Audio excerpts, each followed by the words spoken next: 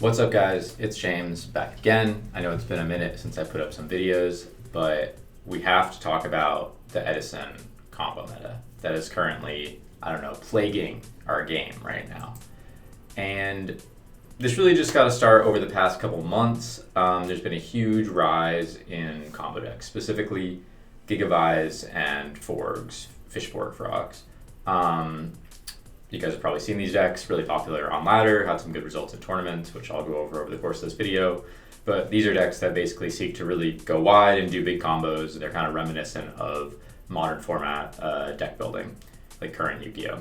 And there have been combo decks in that style, Dragon Turbo, stuff like this, but these are pretty refined and got popular within the past couple of months.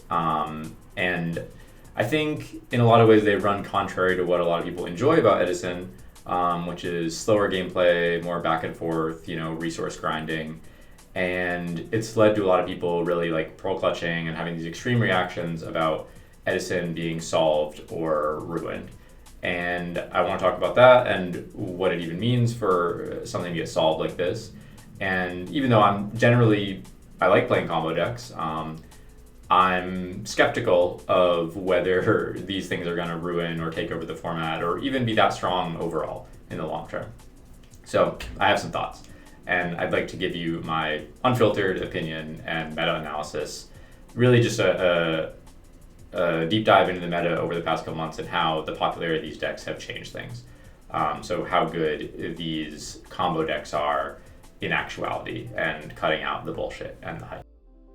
So before we get into the meat of the video, I need to tell you guys there's this huge tournament happening in Florida that's sponsored by Southside Gaming. And let me just show you the prize pool. It'll kind of speak for itself. So here you see it's first place, 3 Ulti Kaias. I think that's the same as like an RB2. As well as Black Rose Dragon UDS game mat. Now, this mat is like somewhere between 3 and 5K, it's a really, really rare mat and it looks really cool. So already, this is like gotta be the biggest Edison prize pool ever for a tournament. And then the second place prizing, Ultimate Rare Judgment Dragon, Ultimate Rare Dark Harmed, and the Judgment Dragon and Dark Harmed 2009 Nationals mat. I'm not exactly sure what that's worth, but still a lot of money. It just kind of goes on from there, dude. This is like a super, high EV tournament if you want to think about it that way. And there's really not that many people entered. I know the Southside Gaming guys are just really trying to push this tournament to be a good experience for everybody, even if they, we take a hit on giving out all this prizing. They're really trying to grow the Edison community. I will actually be in attendance at this event. And although I think I will likely not be playing, I will actually be commentating. It'll be a kind of interesting experience. Obviously, you guys know me as a player. I do the streams. I'm really actually excited to do this commentary just as a kind of change of pace, even though I wish I could play this crazy prize pool. But I think it'll be pretty fun. And definitely tune into the stream because I think there probably hasn't been this level of analysis on a live stream in a while. I'm going to really go all out.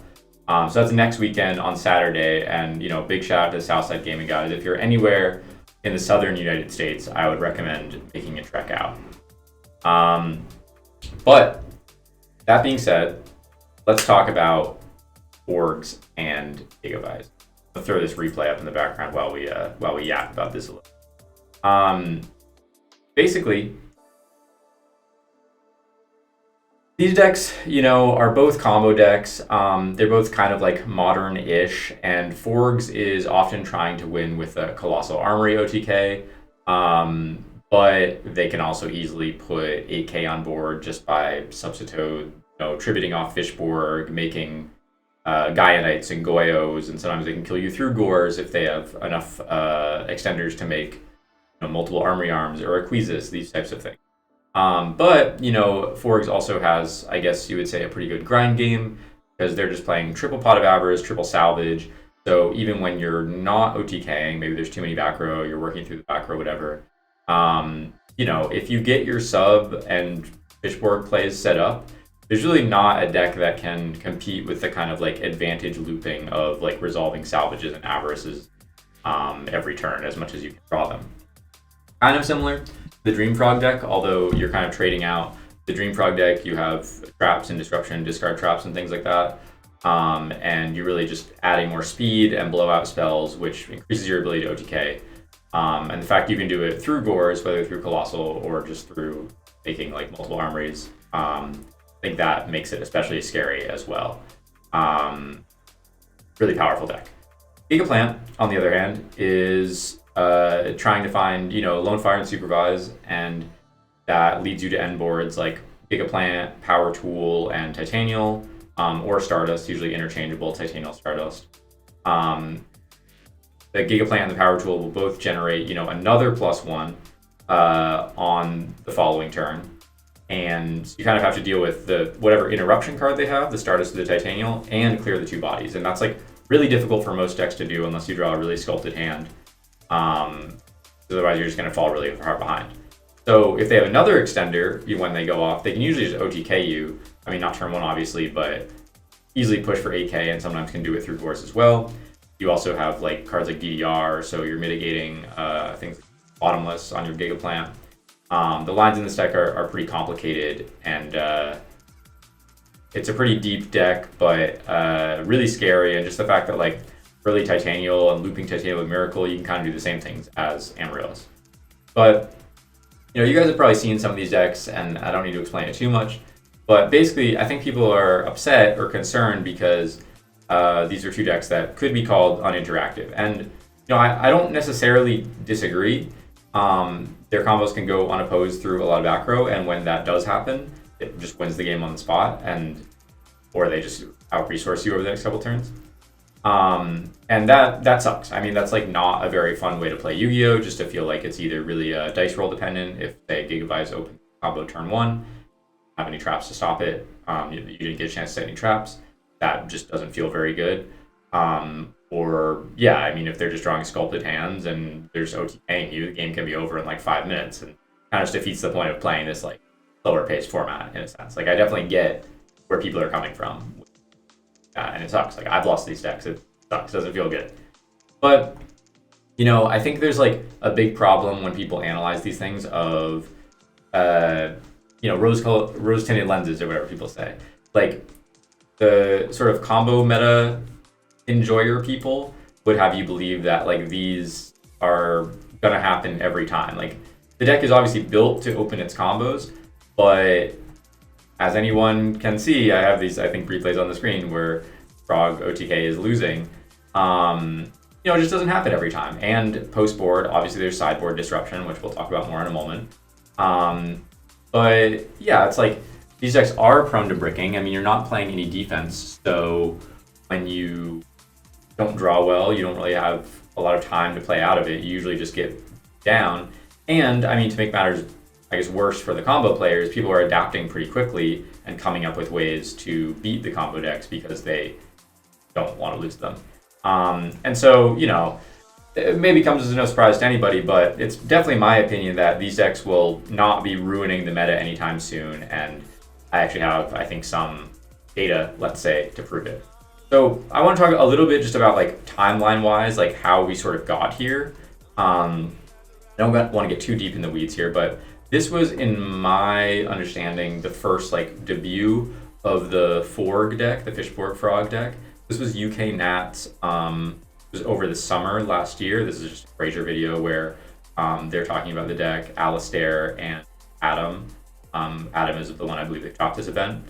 This is their build with like Mother Grizzlies. This is kind of the 1.0 version. They've since dropped that.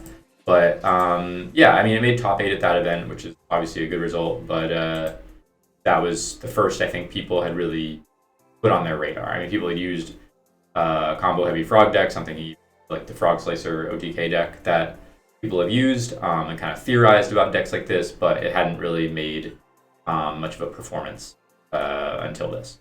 And then, but I would say around November is really when this deck started to gain in popularity. Because also over the summer is when Dream Frogs, I topped an event and Bronte won nationals, it won another YCS. But I think that like as far as people were interested in these combo heavy frog decks, but I think that was the one that was just getting most of the spotlight. And surprise, that deck has sort of fallen off recently as well. Just maybe a little indicator of how things can kind of come and go in this game. Now, around November, Alistair was tearing up the rated ladder. Anyone like watching games or paying attention to that should have known that it was a strong deck, because clearly he finished like super high on the ladder. This is a great win rate to finish first in.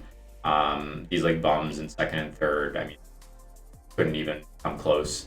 So, I mean, anyone who was really paying attention, I think, would have noticed that, like, oh, this deck might not be such a gimmick after all. But if there was any doubt, then there was this EWCQ weekend, the Format Library Worlds event, basically.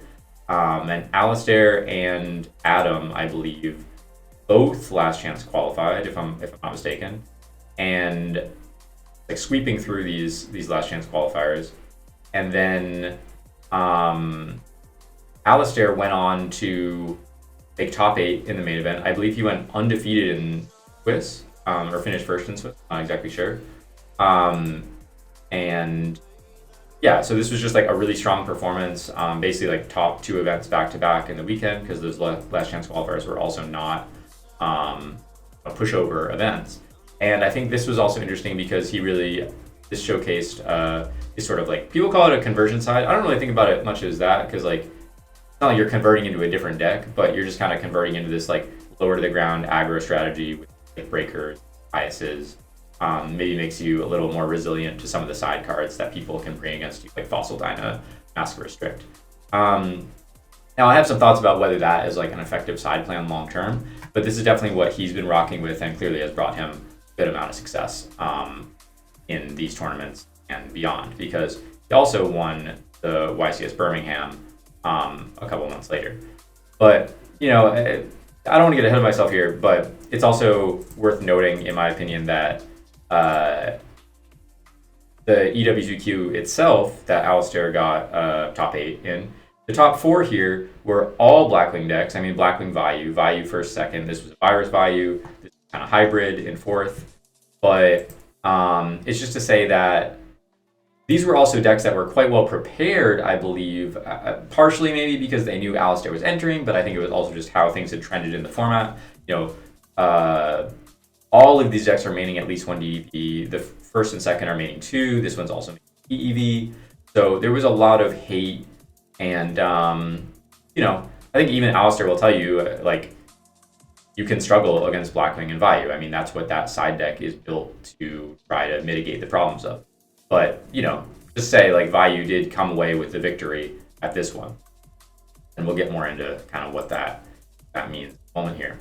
But, yeah, I mean, I think that really blew it up in popularity, and there was a lot of content being made around it.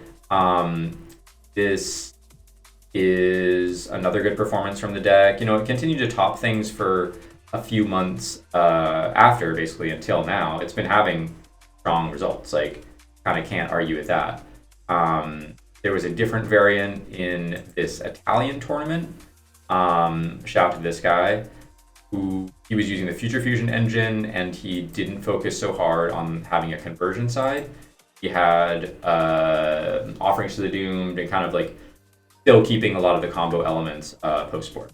So this was just a different take, but also showing that maybe even Alistair's list was maybe not like the final product, so there's still room for innovation in it, which I do believe. Like, this is not to say that these decks are forever doomed or something. Clearly, things are still being innovated. People are now figuring out all these combos. You know, they're spreadsheeting out everything. Those channels are all pretty active in the Discords. It just won the most recent YCS, which is a 3v3, but the Edison player was playing the 4 combo deck. So clearly it has had good results. And I mean, would you say it overperformed? I don't know. I mean, Vayu also won YCS Orlando, and has had strong performances in a lot of other little online tournaments that have happened. So it's not like I would say Forgs have like completely taken over the meta, and I'll speak more on that with their data in a second. But, you know, my honest opinion of Forgs, really strong deck, one that rewards a lot of practice and skill expression. I like the frog cards a lot, and I thought Substode is really broken for a while.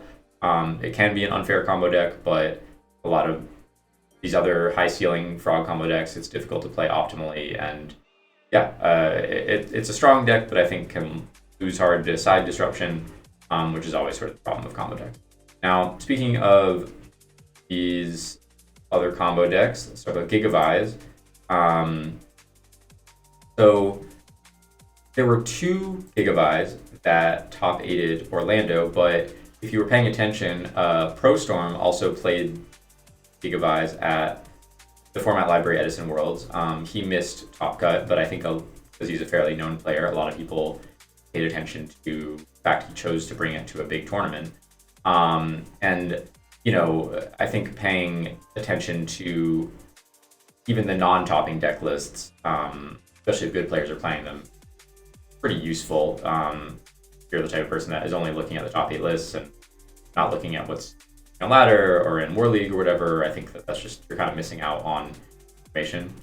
But the most popular list is, this is the other guy that topped, Sam. Most popular list is Marcus LOL, my teammate Marcus Carice, shout out to him. He really did do a lot of work on the deck. And that's with Super Solar Nutrient compared to the other one that was a little like grindier. Both lists ended up losing in top 8. I know Marcus lost to Gladiator Beast, and the event was won by, once again, Vayu.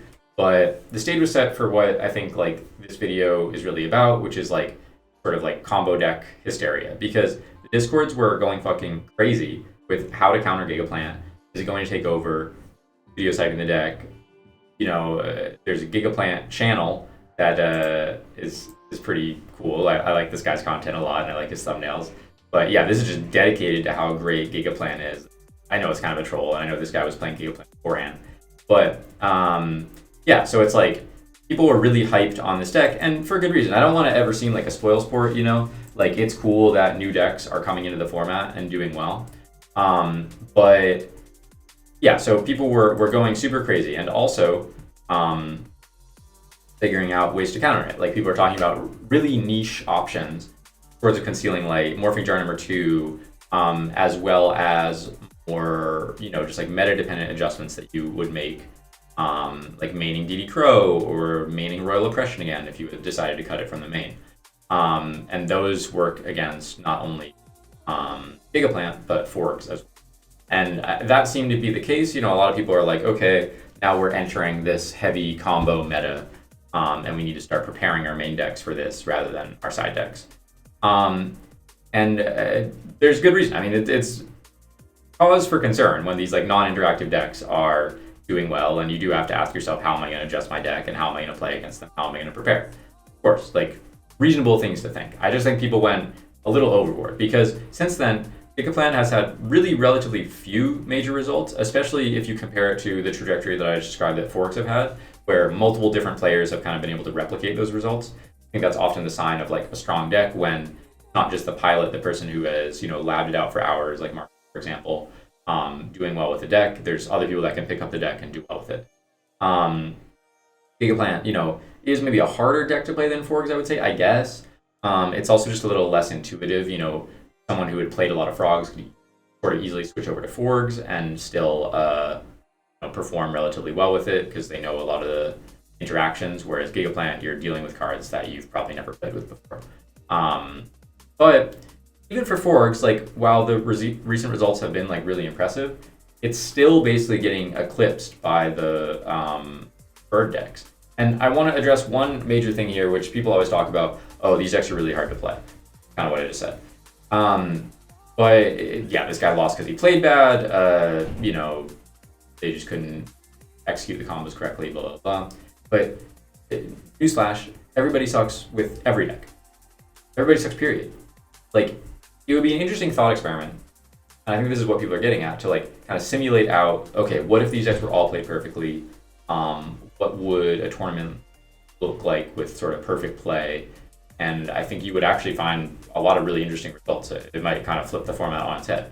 But that is so far from reality that it kind of becomes a moot point. It also just discounts the fact that a lot of the opponents of Gigaplant players, board players, you know, they might be making mistakes due to match experience or general play skill. but that's giving the Gigaplant deck some free wins as well. I know, for one example, some guy Solemn Judgmented Marcus's Black Brute Drago at Orlando, and it just revives the Gigaplant anyway. Paid half his life points for nothing. I mean, clearly that's giving a Gigaplant deck a free win. So you can't really have it both ways. You can't say, oh, every time it's done bad, it's because the people didn't know how to play it. But every time it does good, I mean, that's just an expression of skill and expression of the deck. It's every tournament is a combination of, misplaying and getting lucky and whatever. So you also have these big online tournaments, and people have had months to kind of grind these decks at this point, Forgs for a longer time. And so you have these people that lab all day online, and so it's not the case that people don't have the time to learn these decks, or it's some impossible task. It's complicated, but if people are competitive in this game, if they want to learn it, they will. So there are a lot of factors looking at this data that could account for the relative underperformance of decks, and kind of goes for almost every looking at the results of any tournament. But people also, I think, like I was just saying, really got scared and probably overloaded their side deck with cards to counter Gigaplant and Forks. That probably won't work out in the long term if you're sacrificing more general tech slots in your side for really narrow things like Morphing Jar number 2 or Anti-Spell or whatever. But if you're the guy that decides to play Gigaplant because you saw it online, and you run into some other guy that's super scared of Gigaplant and he's playing triple Morphing Jar number 2, triple Anti-Spell, you're going to feel the consequences of that, especially in those first couple weeks right after YCS Orlando. And so in that case, I think the pendulum is going to swing a little bit back in the opposite direction. People are going to realize there's not that much Gigaplant in the meta and cut some of those cards, which is easier time for Gigaplant.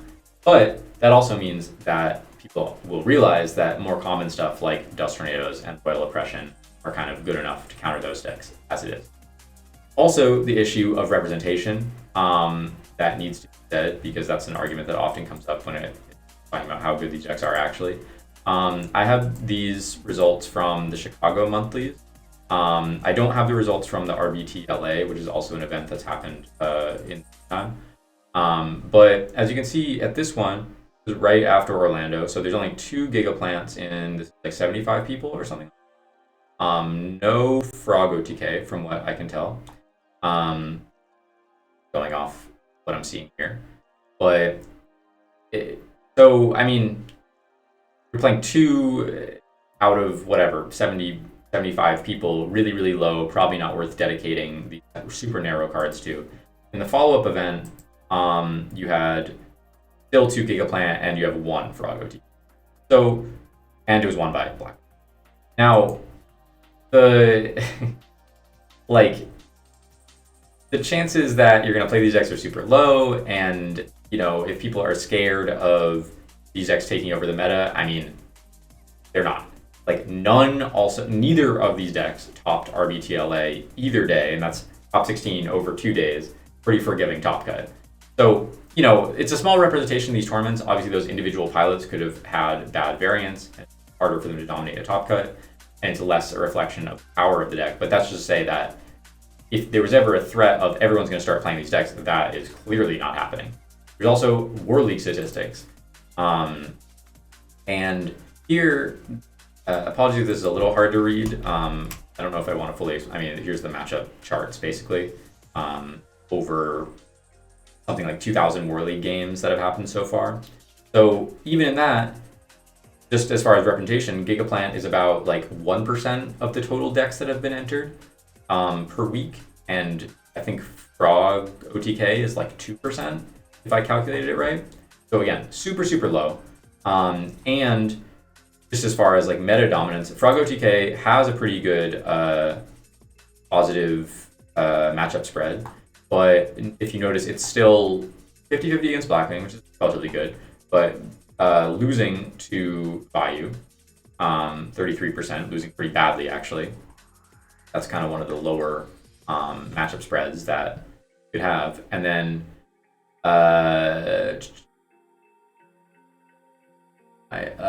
Gigavise, on the other hand, that's losing basically really badly to Blackwing, and then still also having a slight mismatch against Bayou Turbo. people I think that Gigabytes is a good matchup against Value Turbo. I don't really buy it. So again, these decks are not that popular, and they're not performing like nearly to the clip that people are hyping them. Now, I don't want to say that, I don't want to come off as a hater. I don't like losing the unwinnable games, but I think that like adequately prepping and playing against these combo decks really tests your skill as a player. It's like a way different skill set than playing the control-based matchups, and really important to know if you want to be a well-rounded player, and obviously if you want to do well at tournaments. And I'm also, I'm not counting these decks out. I think it could be the case that probably for Forgs more so than Gigabytes, that we all end up trending towards these like crazy frog combo decks. We've had help for a while that like the substitute stuff is super strong. That's why I spend so much time building Fish and Dream Frog or whatever. But even after playing those decks, I still basically think that Vayu or even Blackwing are still super scary. Frogs just inherently kind of have this problem where like, as powerful as Substitute is, you just have to play such a large engine of frogs to make use of it. Yeah, in Forgs you have Moray, but that's like not a perfect solution. So even if you're discounting things like deck dev, you can draw these clunky hands, and meanwhile, Vayu just has like, they have a lot of ways to go super crazy. So this is also just not the first time that this sort of like doomer trend forecasting has been predicted. I think a relevant example is Noel in Go format. Maybe I can find this list. Go format. Basically, this was a reasoning gate deck that that played like Toon Cannon Soldier. I don't know if this actually has, but whatever. This was here we go. But this was a deck that came out early on in the Go format revival, and people were playing their little Go control mirrors, and suddenly there's this like crazy combo deck that's just like OTKing you, and people are like, okay, Go format's ruined. Obviously, anyone who knows anything about Go format, even this list in particular, didn't super catch on. Reasoning Gate is not the best deck in the format, I'll say. It's all Chaos Turbo now. So again, just kind of like this doomer pearl clutching. Even in Edison, you have things like Dragon Turbo that were popular early in the revival, but the same thing. Okay, it's cooked now. That's a modern deck. That's clearly the best deck below. But now it's established its place, as a threat, an annoying deck to, get sacked by, but like hardly a format ruining dynamic. And so it's all just to say that like even Value Turbo, I mean, when people are maxing deck dev and everything, people are like, oh, this is so toxic. Like, format's cooked, blah, blah, blah. Format is not cooked. Format is not even yet cooked. Uncooked. But I guess the takeaway is, like, I've spoken about this many times on streams and in other videos, but like usually decks with interaction, aka traps, are gonna be favored. Like, if you can interact with your opponent, then the game is not just one of like the better opening hand and who has more, combo stops or whatever. If you're playing the combo deck and you brick, or they just draw more interruption than you, like there's no way to outplay, there's no way to do anything. And as small a margin as it might be a lot of times in this game, I don't want to overstate it, but like there is skill expression, there is ways to beat a lesser skilled opponent. And that's how, I would say I get an edge by playing the more interactive deck. And if you just look at every retro format or every format in general, a lot of times the more like balanced versions end up winning out. So basically, in conclusion, I would say Edison's fine. And you have to learn the matchups, and you have to learn to play these decks. So maybe you can prove me wrong if you show me that these are actually format ruining. But these developments do have an effect on the meta. You've kind of already seen B having an uptick. Main deck DD Crow is a good idea. Christia Sworn won one of the Chicago tournaments. Remaining Oppression again. But also for those thinking about the format getting optimized, I'm going to leave you with this little nugget of information. If you've stuck with me throughout this, shout out to you. But if you look at these tournament results, Yu-Gi-Oh! Is not a game that things just like sort of ambiently get more refined over time. That's just like not how it works. We're not like a collective hive mind that is all just like slowly improving. People come to tournaments and regularly win tournaments with imperfect decks, Some people play cards because they like them. Some people play cards or don't play cards because they couldn't find certain cards. You have these people pulling up, to Edison tournaments with the same list they had in 2010 or in 2023, and they haven't had time to update it, and then suddenly it matches up well against the current meta. Does that mean they made a good meta call? No, not really. That just means they just brought what they had. And I think it's really hard to have concrete takeaways from the results of these tournaments, because there's so much variance, and all these matchups have good matchup luck, good bracket luck. Their opponents can all suck, whatever. So there's so many factors to doing all these tournaments that to really take away these specific, to think that things are slowly getting more optimized over time. Like the newest list that topped the newest tournament is clearly the best list. Like it's just crazy, and I feel like it's just fueling YouTube content. It's not any basis in the reality of the game. Sure, you can analyze the trends and focus on improving your own technical play. That will always be productive, and there will always be room for innovation. But I severely doubt we will all be getting OTK turn 2 by Gigabytes. And I suggest you all pay attention to that Southside gaming tournament, even if just to hear my lovely commentary, and come if you're in the area. But on that note, peace, and I hope you enjoyed my little quarter 1 meta analysis.